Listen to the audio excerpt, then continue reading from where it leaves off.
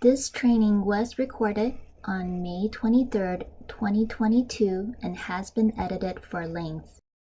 So hi everyone and welcome to the CACFP annual training for family daycare home sponsors. I am Shirley Wu, a child nutrition specialist, and I will be your MC for this training. This training is a requirement for all family daycare home sponsor food program coordinators and authorized representatives. You must attend the full session. Since we know that some of you may be listening in on the session together, please type the full name of all attendees into the chat box. We will be using this as verification of attendance for this training.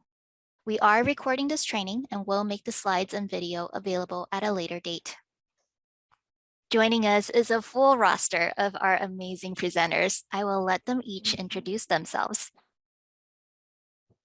Hi everyone, I am Kathy Brock. I am a child nutrition specialist and team lead with your renewals and applications. Thanks for joining us today. Hi everyone, I'm Dusty Kerr and I'm a program analyst. And I am excited to share with you guys today. Hi all, I'm Dee Dee Pointer. I'm a child nutrition specialist and the team lead for administrative reviews.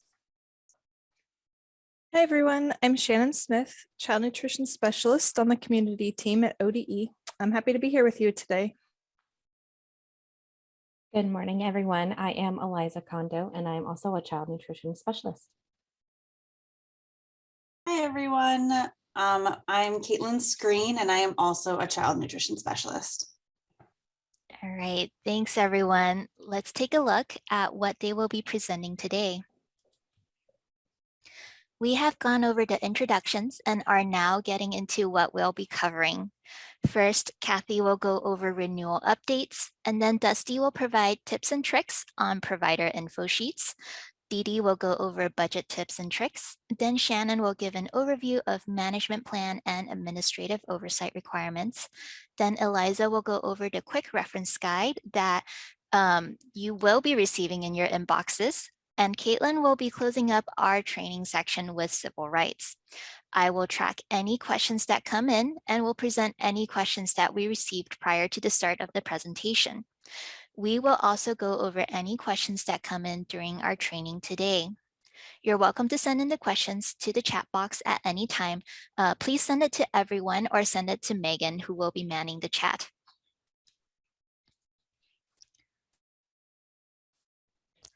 After our training today, we hope that you will come away with a better understanding of how the renewal timeline has changed and why, that you will better understand our administrative oversight requirements and how that impacts your management plans, and that you have a better understanding of civil rights processes and the new updates that were recently sent out by USDA. So I'm going to turn this over to Kathy now for renewal updates. Thanks, Shirley. Let's take a moment to review what renewals will look like for fiscal year 2023. As a reminder, fiscal year 23 begins on October 1st. For the past couple of years, CACFP renewals have been held intermittently from August through the second week of October for family daycare home sponsors. This year, to simplify the process and be in compliance with USDA requirements, ODE is moving the CACFP renewal period to July through August, starting with fiscal year 2023, to ensure that budgets are approved before the start of the next fiscal year. Renewal memos will be sent to oversight staff in late June of 2022. Budgets for family daycare homes will be sent out to all family daycare home sponsors in August. As a reminder, information sheets in CMP Web must be in approved status to have their information rolled over for the next fiscal year. Make sure that the information in CMP Web for fiscal year 22 is up to date prior to starting the renewal. It would behoove your organization to have all changes it knows about made and approved in 2022 before starting the fiscal year 2023 renewal. Depending on what changes occur in July, August, and September after the fiscal year 23 has started in CMP Web, edits may be needed to be both made for fiscal year 2022 and fiscal year 2023. All CACFP renewal requirements are due by August 15th, 2022.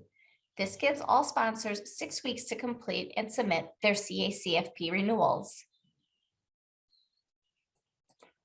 For the last 2 years, the USDA has offered numerous nationwide waivers to provide flexibilities to the CACFP.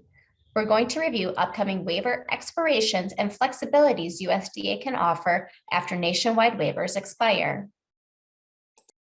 At this time, the USDA does not have the authority to offer nationwide waivers as they previously have done.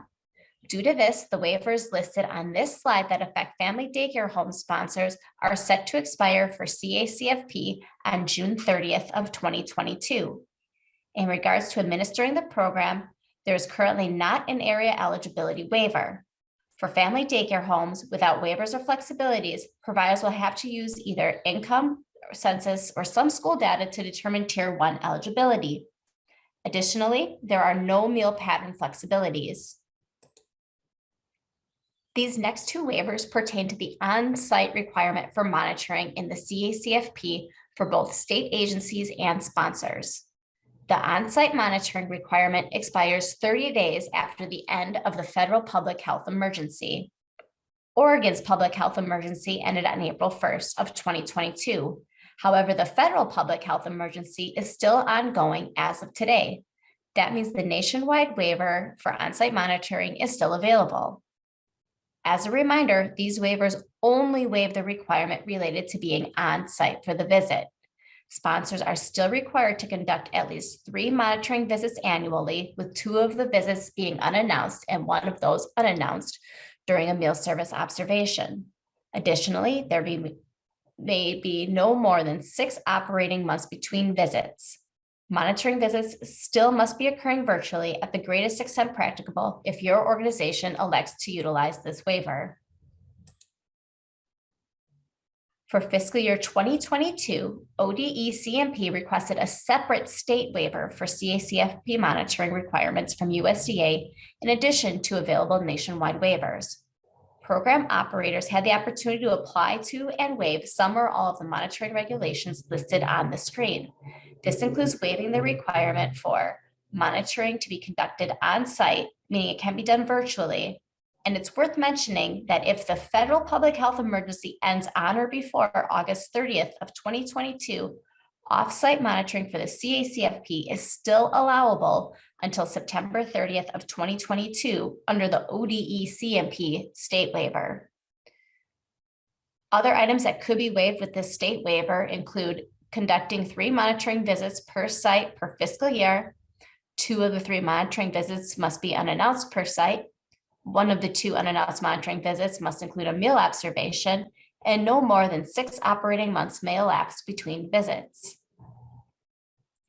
While all sponsors received automatic approval and inclusion in the nationwide monitoring waiver discussed on the previous slide, sponsors were required to apply and receive individual approval from ODE CMP if utilizing the additional flexibilities in the state waiver. If approved, sponsors are able to waive some or all of the monitoring requirements until September 30th of 2022, regardless of the federal public health emergency status. Approval cannot be given retroactively. Sponsors may still apply for the Oregon monitoring waiver through September 30th of 2022. There are currently no state or nationwide fiscal year 2023 monitoring waivers available. If a monitoring waiver is not approved, sponsors must return to in-person monitoring and meet all monitoring requirements. ODE CMP does not have the ability to waive any of the monitoring requirements on the screen effective October 1st of 2022. The waivers we just discussed were nationwide waivers, which the USDA was granted authority to offer these by Congress as part of a previous funding bill during the COVID-19 pandemic. However, this authority has expired and was not included in the most recent federal government funding bill. ODE has recently been given approval by USDA for a few state-specific waivers. Due to the process for requesting waivers changing more often on what these waivers are, how to request them, and additional guidance will be released in the near future. As waiving the area eligibility requirement has the potential to increase the cost of the CACFP, state agencies were informed this waiver request would not be approved by the USDA. However, the USDA announced sites may use school data from fiscal year 2019-2020 to qualify providers for Tier 1 reimbursement in the CACFP. The free and reduced price meal eligibility list, which will be accessible in the Packet tab of CMP Web, will be your source for this data. If school year 2019-20 data is used, the home will be Tier 1 eligible through school year of 2024-25, which ends June 30th of 2025. In order to reflect this in CMP Web, sponsor staff will select school data in line 70 of the provider info sheet and enter 6/30/2020 in line 75. This way, the expiration will go through June of 2025. With all that background information, I'm going to pass this over to Dusty to talk to you all more about provider info sheets. Thank you, Kathy. That was some great info. This section, I will share some of the common provider info sheet errors and how to prevent getting them returned for corrections. If a provider info sheet is submitted without anything highlighted, it will be returned, as ODE CMP is unsure of what change needs to be approved. If nothing needs to be approved, delete the change. When submitting a new or reactivated provider info sheet, be sure to send in the documentation to the community inbox first before submitting the change for approval. When there is a provider transfer request, please be sure you are sending that request to the assigned specialist. For providers that have an active business listed with the Secretary of State, be sure that information is accurately documented in CMP. This is not a required field, but if it is listed in CRIS or the Secretary of State, it does need to be reflected in CMP Web. If there are additional business owners, those need to be listed in CMP Web as well. If you're unsure about a provider info sheet, you can reach out to the community inbox or your assigned specialist. Now I'll pass this on to Dee Dee to walk us through renewal documents. Thank you, Dusty. Great. All right, so here are a few tips and best practices to keep in mind when submitting financial management renewal documents. You'll begin gathering required documents several weeks prior to the due date. This will help to ensure you are able to locate them and verify that they are accurate and reflect current practices. Also, be sure to let your financial staff know what documents will be needed from them and allow plenty of time for them to gather this information. Lastly, please review all documents prior to submitting them to ensure they are complete.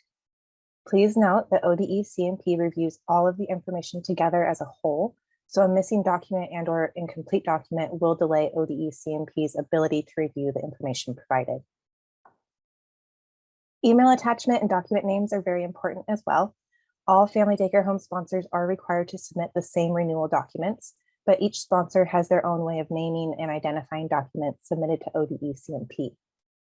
In order for ODE CMP to efficiently and effectively identify that all required renewal documents were submitted, we are asking sponsors to ensure each email attachment has a title which is descriptive of the information it contains. Emails with attachments that only contain numerical titles generally generated by the scanner, make it impossible to identify what information is contained in the document without opening it. And it also requires ODE CMP to rename the document, which does take a little bit more time. Ideally, the names of the attachments and/or the names of the documents themselves would match the naming convention of the required documents as identified on the ODE CMP renewal memo. This isn't required, but it is a best practice. So for example, an attachment could be titled Renewal Item B, or Written Organizational Compensation Policy, or Renewal Item C, or Current Organizational Budget, etc. This is extremely helpful to ODE CMP as it removes the guesswork from having to determine what documents were submitted and to which required document on the renewal memo it corresponds to. Lastly, be sure to review all CACFP policies and procedures. If updates or changes have been made to any of the policies and procedures since August of 2021, a copy of the updated policy and procedure must be submitted. If updates and/or changes were not made and policies and procedures were not submitted, please provide this information in writing. This requirement is identified on the renewal memo, but is often overlooked.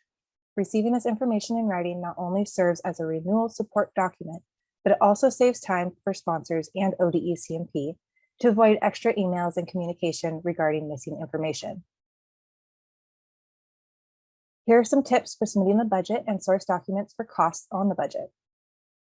Submitting the budget and all supporting documents on or before the due date is very important. The budget approval process is lengthy and typically involves back and forth email communication. So with a shorter timeline this year, a late budget submission or missing documentation could jeopardize receiving budget approval by 9/30/2022. ODE CMP completes an in-depth review of both costs and supporting documentation in order to ensure that the information provided is sufficient to determine the allowability of all budgeted costs. It is very important that in addition to source documents such as invoices and contracts, sponsors also provide a high-level narrative of expenses included on the budget, identify all new costs, and explain any significant changes to costs. ODE CMP reviewer reviews revenue and expense information from the current and previous fiscal year when approving renewal budgets. And if sufficient information is not provided, it will delay the review and approval of the budget. It is important to consider the impact of the expiration of the on-site monitoring waiver and changes to provider tiering when developing your administrative budget for fiscal year 2023. Identifying the number of homes anticipated to be claimed has never been simple, but it is likely these changes could negatively impact the number of homes your organization will sponsor. Please do not overestimate the number of homes, as it will create an overstated budget and it cannot be approved.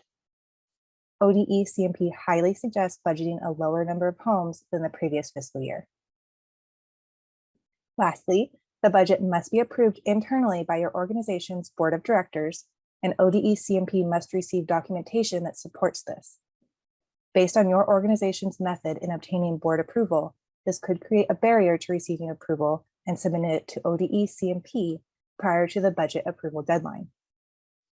If your board has set meetings, please plan accordingly to ensure they are able to review and provide approval of the fiscal year 2023 budget prior to the deadline of 9/30/2022.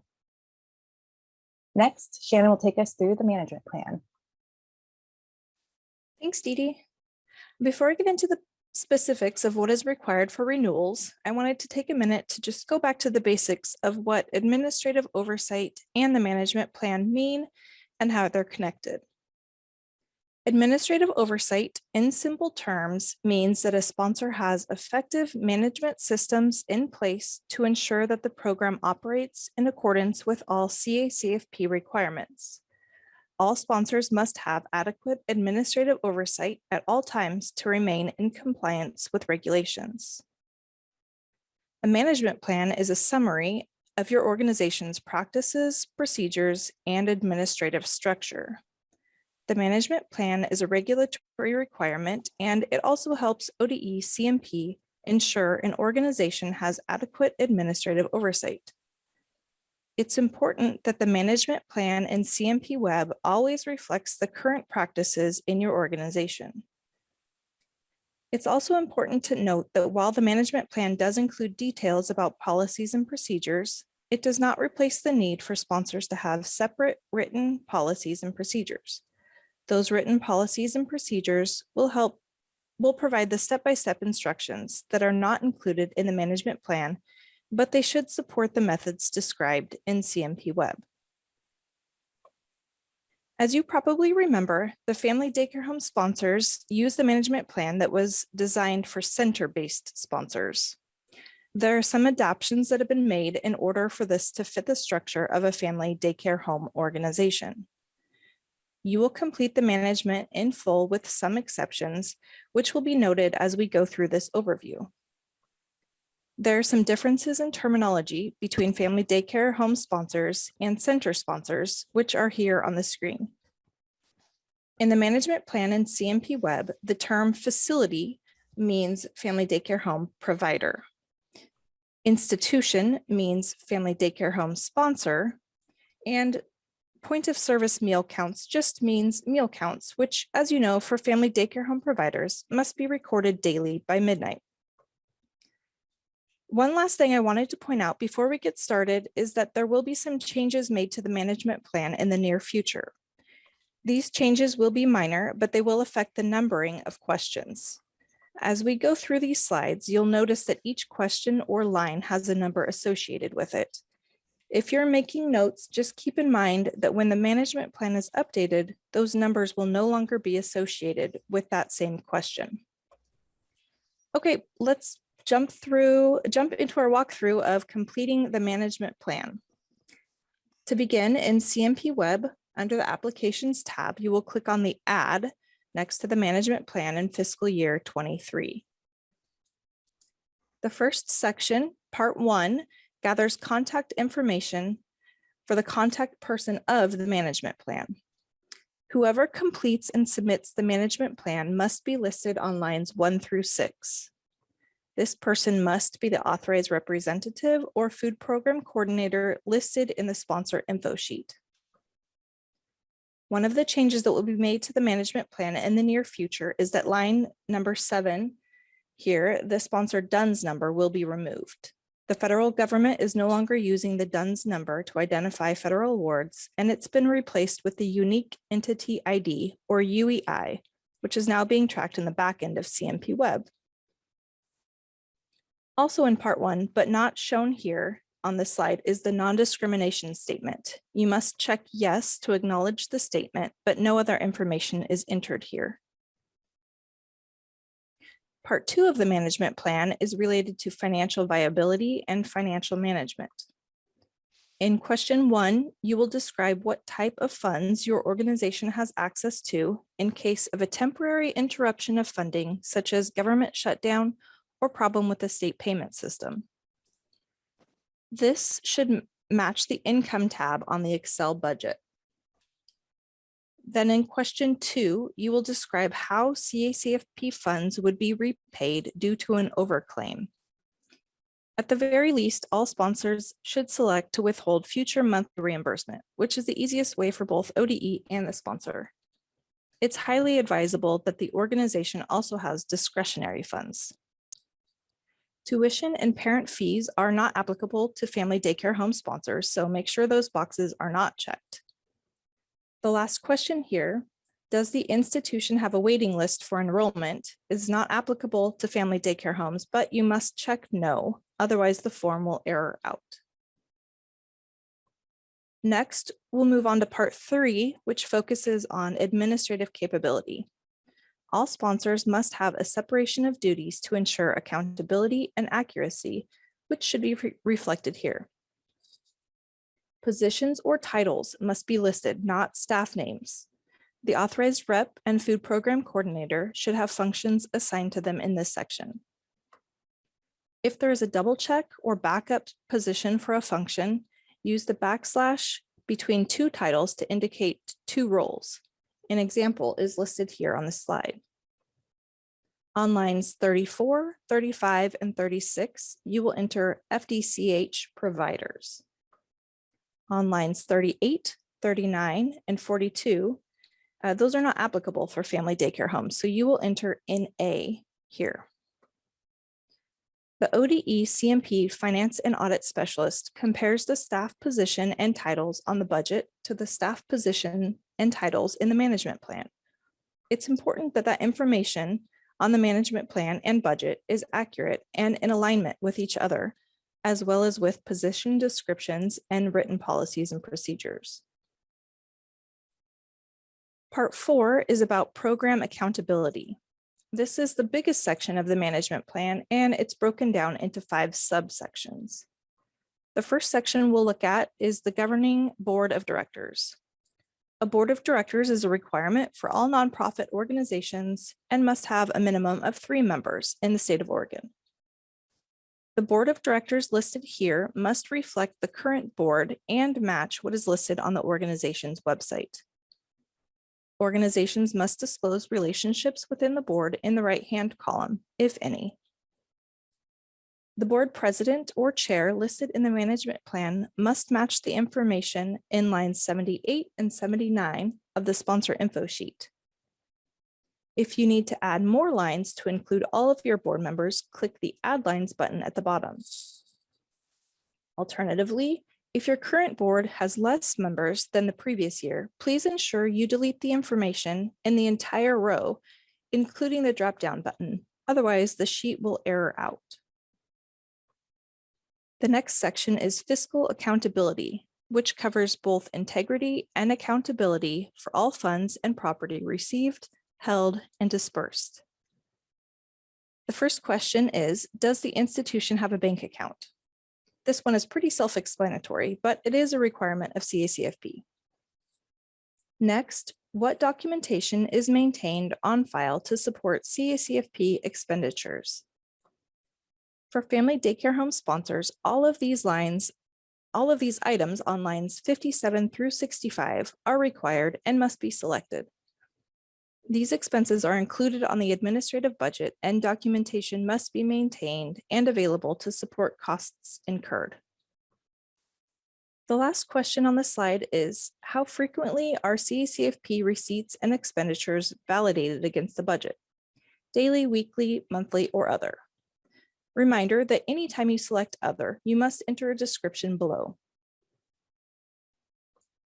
Next, we'll look at what methods are used to consolidate and submit claims for reimbursement before the claim deadline to ensure only eligible meals are claimed.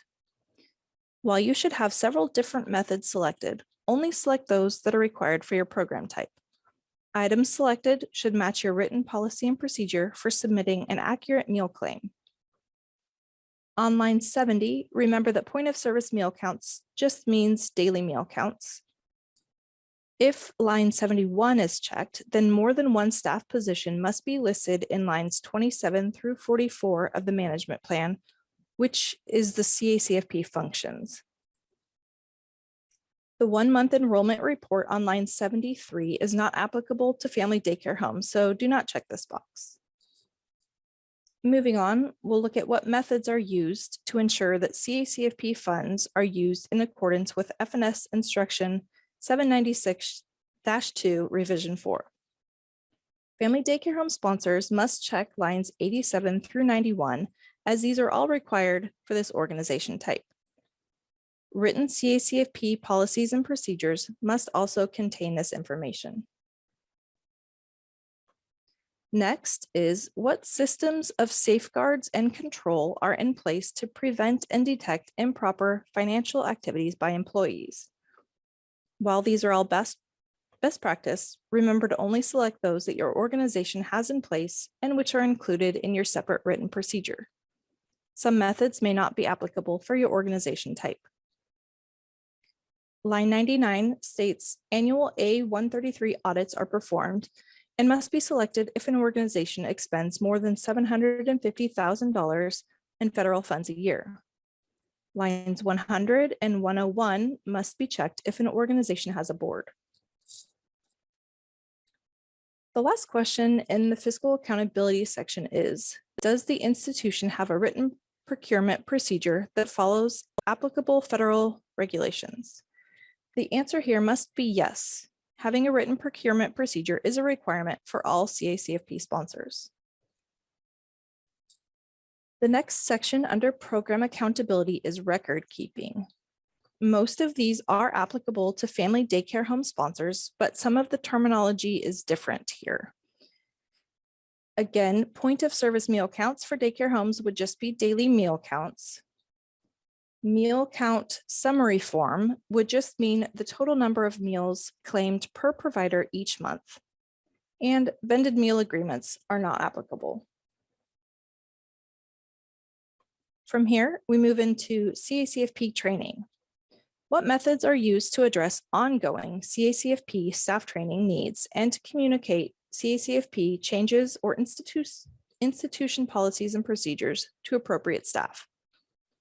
All of the methods listed are fantastic, but ensure you only select those that your organization has in place and those that are included in your written training policy. Line 126, site monitoring and technical assistance must be selected. Sponsors should select other on line 132 and then use line 133 to describe the resources used for ongoing training of staff, which could be ODE materials, organization prepared materials, etc., and how training is documented, such as certification form, signed agenda, etc. Then in the next question, you'll describe the method used to train new employees on CACFP duties. Again, use the other box to describe the resources used for training new staff and how that training is documented. The next question states, describe how you will address a change in the food program coordinator position. In other words, if the current food program coordinator left or resigned, how would that change be addressed? Your description should include, at a minimum, notifying ODE CMP, updating the CMP Web sponsor info form and management plan, giving user access to CMP Web and training. If there's currently a backup to the food program coordinator, include the backup position and title and how they were prepared for duties. The last question in the training section asks you to characterize your employee turnover rate. Next, we'll move on to meal service. What methods are used to ensure meals meet the meal patterns?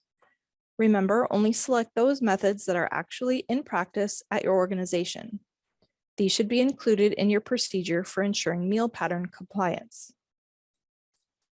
Note on line 147, it states, ensure adequate amounts of food and milk are purchased, prepared, and served. For family daycare homes, this will mean observing meals to ensure meal meets minimum portion sizes. Finally, the last section on the management plan is civil rights. What methods are used to ensure that the facility complies with civil rights requirements? To ensure compliance with civil rights, all of these items should be selected and in practice. If other is selected, make sure you include the description below. The next question is, how does the institution provide current information and eligibility requirements for WIC participations to parents and guardians of enrolled children? Check those that apply to your current procedure. Lastly, the final step is to certify and submit the management plan. By submitting this form, you are certifying that the information on the management plan is true and correct.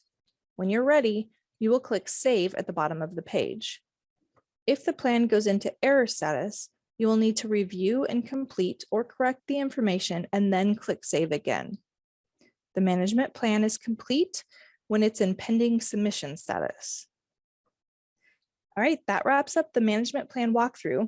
Thanks for hanging in there with me. I know that was a lot of information to go through. Now I'm going to pass it over to Eliza. Thanks, Shannon. So this quick reference, guys, was developed to provide you with a high-level overview of the CACFP performance standards of financial viability, administrative capability, and program accountability. These performance standards are required to be met by all CACFP sponsoring organizations and is listed in 7 CFR 226.6 B27, which is linked in the resources section of this handout. The second page of this quick reference guide is meant to assist you when developing and maintaining your management plan and your organization's written policies and procedures. On this page, you'll find an overview of the purpose, components, best practices, and general technical assistance regarding the management plan. You should expect to be receiving this quick reference guide shortly after this training is completed. I'm going to hand it over to Caitlin, who will be covering USDA civil rights. Thank you, Eliza. Welcome to the USDA and Child Nutrition Program's Civil Rights Requirements Training.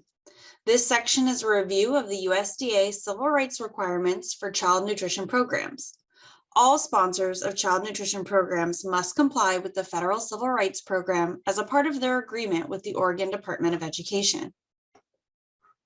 In this section, we will review the purpose of the USDA civil rights and key definitions, non-discrimination statements, racial and ethnic data collection, training requirements, program accommodation requirements, compliance reviews, the complaint process, limited English proficiency accommodations, resources, and every program's must-do list. Let's get started.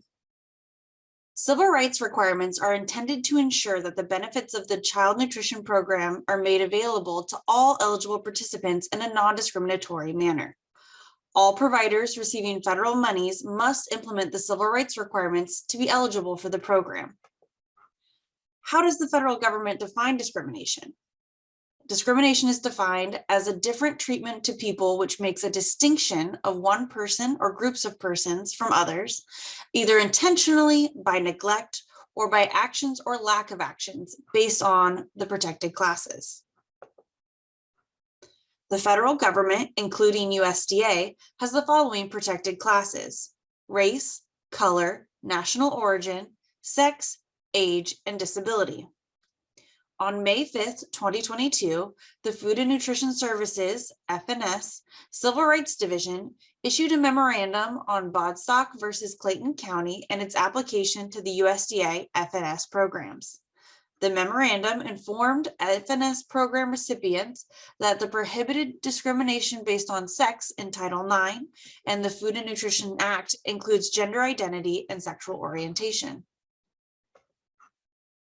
What does discrimination look like? Discrimination can easily be remembered by thinking of the 4 Ds.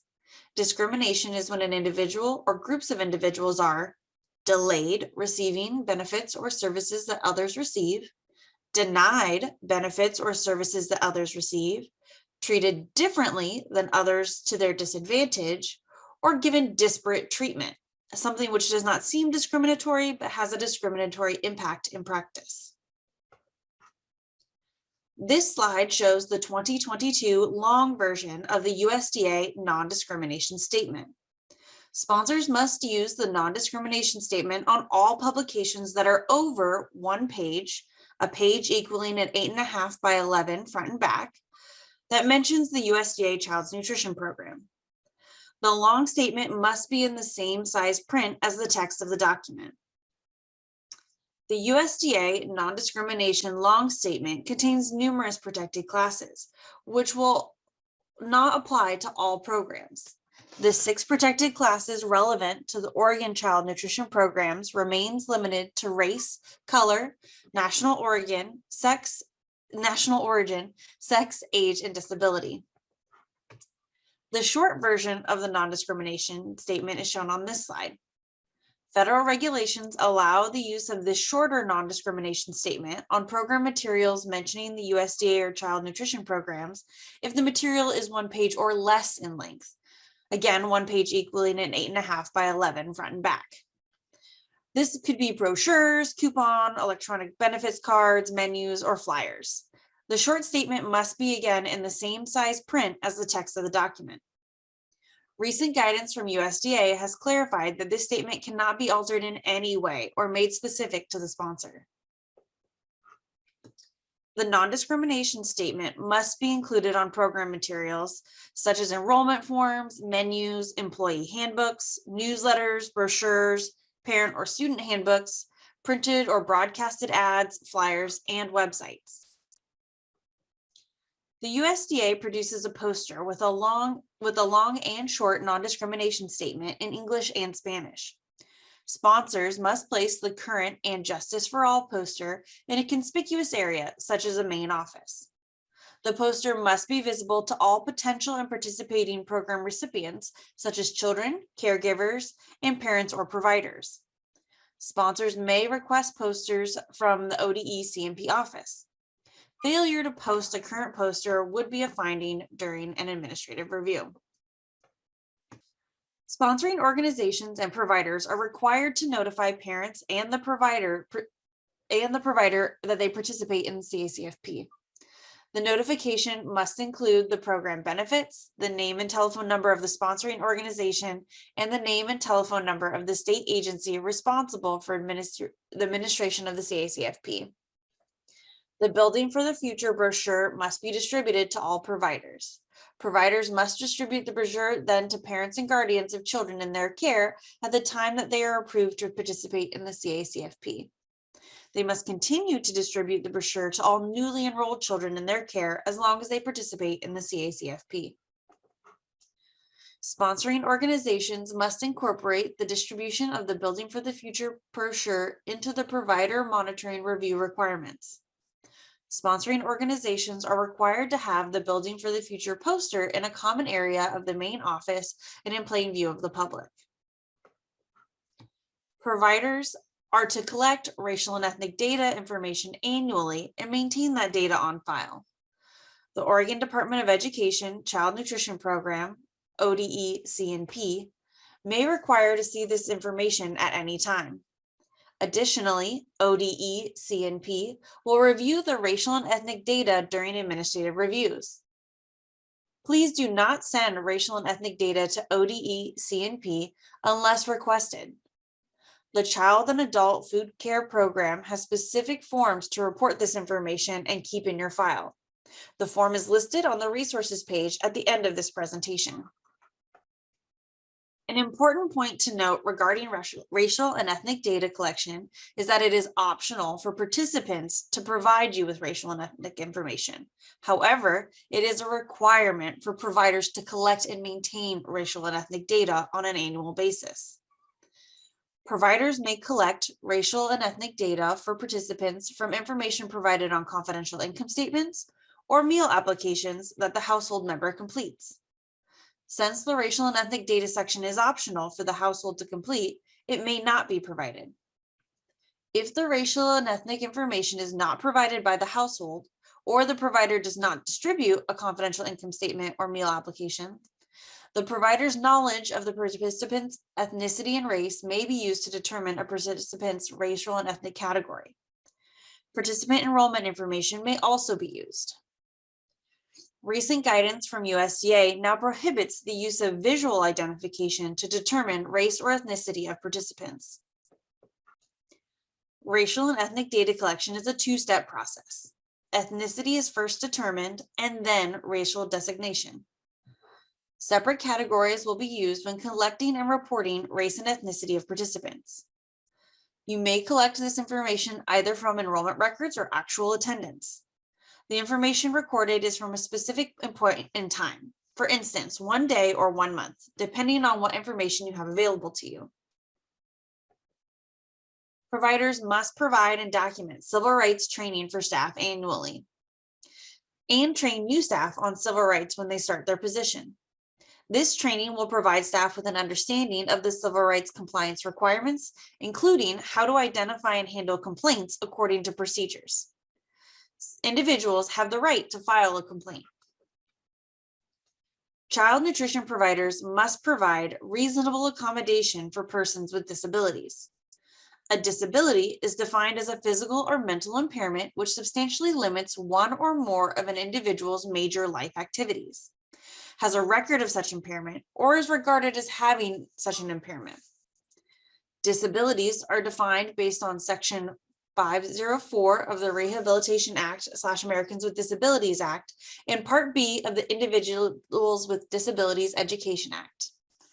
Some examples are orthopedic, visual, speech, hearing impairments, cerebral palsy, epilepsy, heart disease, food anaphylaxis or allergies, or metabolic diseases such as diabetes. Providers are required to provide reasonable accommodations regarding facilities as well for participants with disabilities. Examples of facilities include accessible parking lots, entrances and exits, halls, elevators, restrooms, service animals, and alternative arrangements for service. Providers must also provide appropriate information in alternate formats for persons with disabilities, such as materials in Braille and sign language interpreters. Providers must also provide food substitutions for participants with disabilities when documented in writing by a licensed physician or state licensed healthcare professional. The USDA also has special rules that apply to milk substitutions for children with medical special dietary needs. The Oregon Department of Education Child Nutrition Program staff will review sponsors to ensure compliance with civil rights requirements. Before approving a provider for participation in the child nutrition program, a pre-approval review must be conducted by the sponsor. At this time, civil rights compliance is evaluated to determine if the applicant is in compliance with USDA requirements. These requirements are also reviewed as a part of administrative reviews for participating child nutrition sponsors. If ODE CMP identifies civil rights concerns, an additional review could be conducted. If a civil rights finding is determined during a review, the sponsor will be notified in writing and given an opportunity to correct. Steps will be taken immediately to obtain voluntary compliance. In some cases, immediate compliance will not be possible, and the provider will need to submit documentation, such as a procedure or training documentation, within 30 days of receiving written notice. If corrective action is not completed within 60 days of the finding, the Oregon Department of Education must notify the USDA regional office. Technical assistance should also be provided to assist the provider in coming into compliance. Examples of non-compliance found on reviews can include not collecting and maintaining racial and ethnic data, not training staff on civil rights requirements and procedures, not including the non-discrimination statement on printed materials and websites, not having the current civil rights complaint form and log on site, and not handling civil rights complaints in accordance with procedures. Any participant or potential participant may submit a civil rights complaint of unequal treatment verbally, in writing, or it may be observed. Complainants may choose to directly contact USDA with their complaint, contact Oregon Department of Education child nutrition programs, contact the sponsor with their complaint, or they may notify the provider of their complaint. The sponsor must forward all discrimination complaints received regarding the child nutrition program to the Oregon Department of Education Child Nutrition Programs office within 3 working days. A complaint can be filed within 180 days of the alleged discriminatory action. All sponsors must develop a written civil rights complaint procedure and implement this procedure. Sponsors may adopt the Oregon Department of Education prototype procedure located on the Oregon Department of Education Child Nutrition website. If sponsors choose this option, be sure to put your sponsor's name at the top of the procedure and then train all staff on this procedure. The civil rights complaint procedure is as follows. A civil rights complaint is received by the provider or sponsor, either verbally or in writing.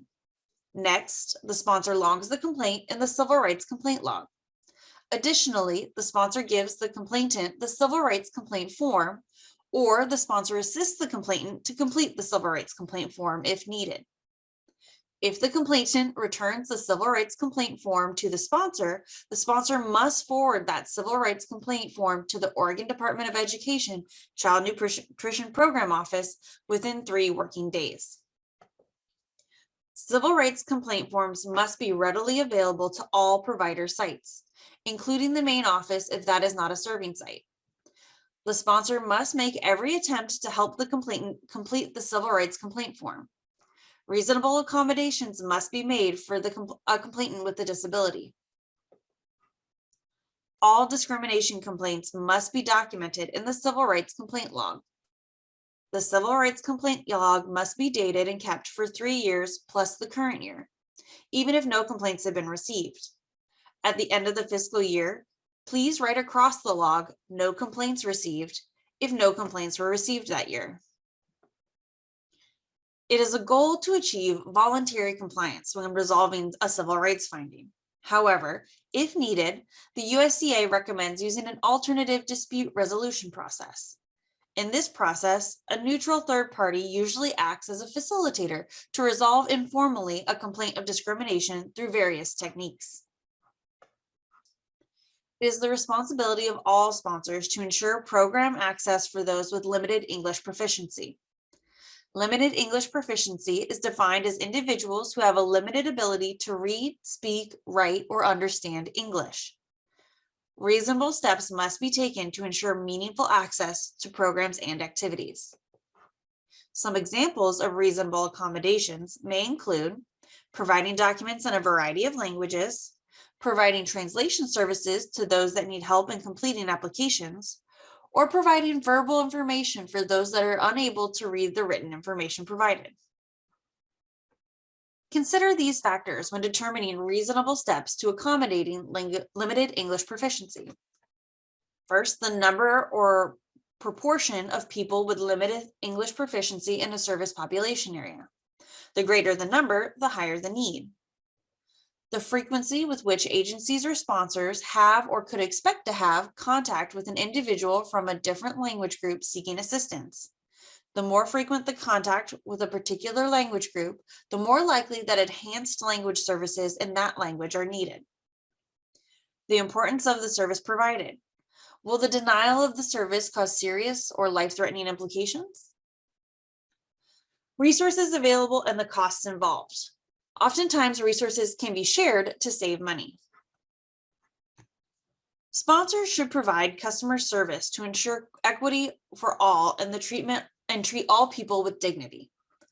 All child nutrition program participants must be allowed equal opportunities to participate in child nutrition programs, regardless of race, color, nation of origin, sex, age, or disability. Listed on the slide are some resources.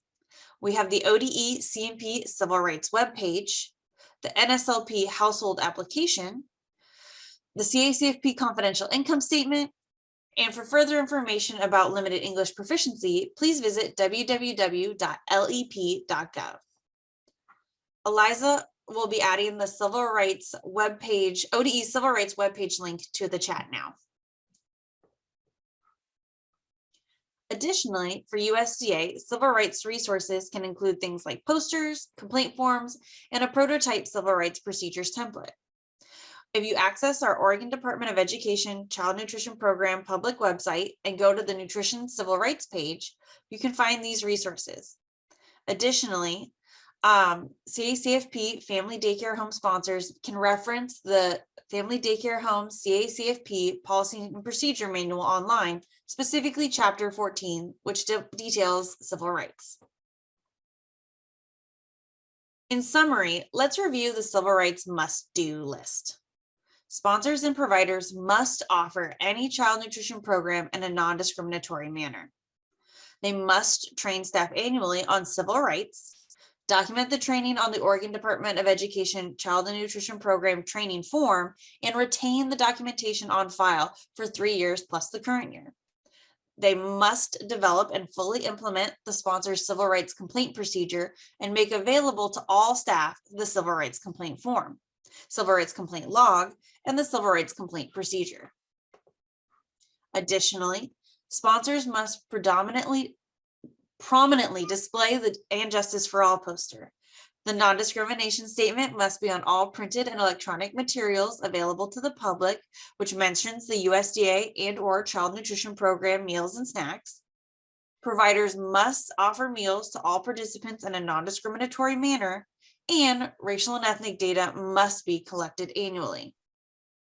And now that concludes our civil rights section, and I will hand the rest of the presentation over to Shirley. Thank you, Caitlin.